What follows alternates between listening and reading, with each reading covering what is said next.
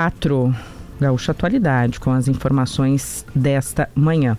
O ex-assessor do então presidente Jair Bolsonaro, assessor no período em que ele era presidente e que, segundo as investigações do plano de golpe, foi responsável por fazer a minuta golpista, Felipe Martins, foi preso nessa manhã. Não é início de cumprimento de pena, não, é porque, segundo a investigação, ele estava em prisão domiciliar desde o fim de semana em caráter preventivo por uma decisão já do ministro Alexandre de Moraes, porque teria risco de fuga depois da condenação dele pelo Supremo Tribunal Federal. E aí colocou nessa decisão algumas medidas cautelares que Felipe Martins precisaria cumprir. Só que essa operação de hoje, que levou 3 policiais à casa do Felipe no Paraná, e que o deixam preso preventivamente em Ponta Grossa, também por ordem do ministro Alexandre de Moraes, mostram que ele descumpriu o que estava escrito nessas medidas cautelares, nessas restrições impostas a ele, como, por exemplo, acessar dispositivos eletrônicos e redes sociais. A própria defesa diz que acessou o LinkedIn do Felipe Martins, ele que foi condenado a 21 anos de prisão no processo da tentativa de golpe de Estado e outros 4 crimes. Foi a alegação dos advogados, né? Que eles que teriam acessado. Eles que acessaram e não o próprio Felipe. O LinkedIn é considerado uma rede social, né? Considerado uma rede social de profissional, de empregos.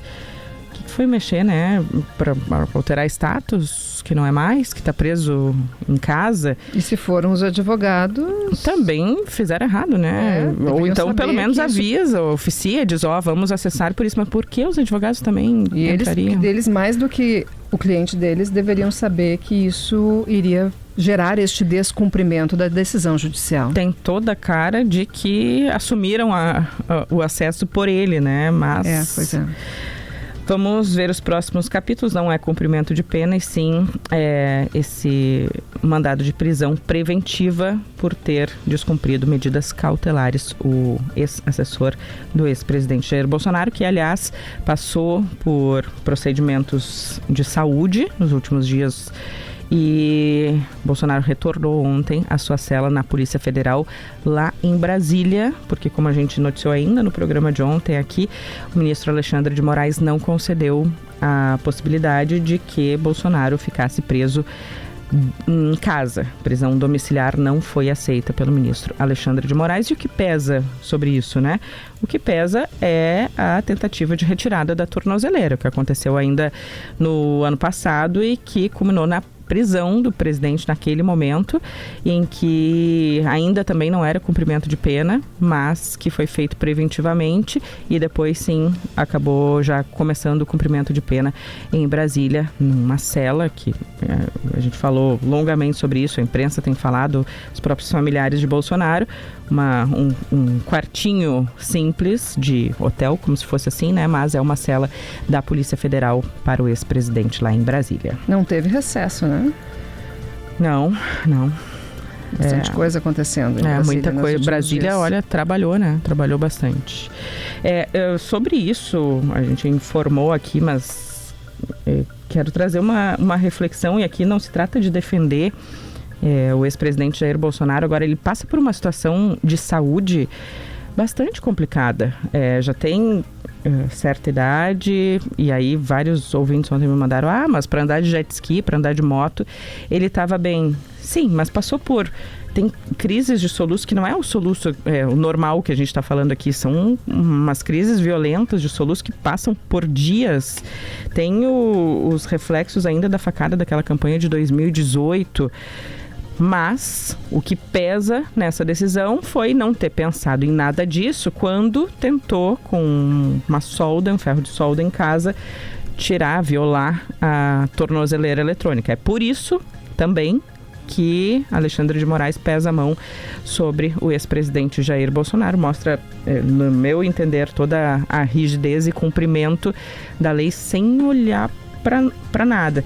E aí eu escrevi lá em GZH, Jane, comparando alguns casos. Eu sei que juridicamente é ok que ele mantenha a prisão em regime fechado do ex-presidente, mas Fernando Collor de Mello foi liberado em prisão domiciliar humanitária, porque tem Parkinson, porque é bipolar.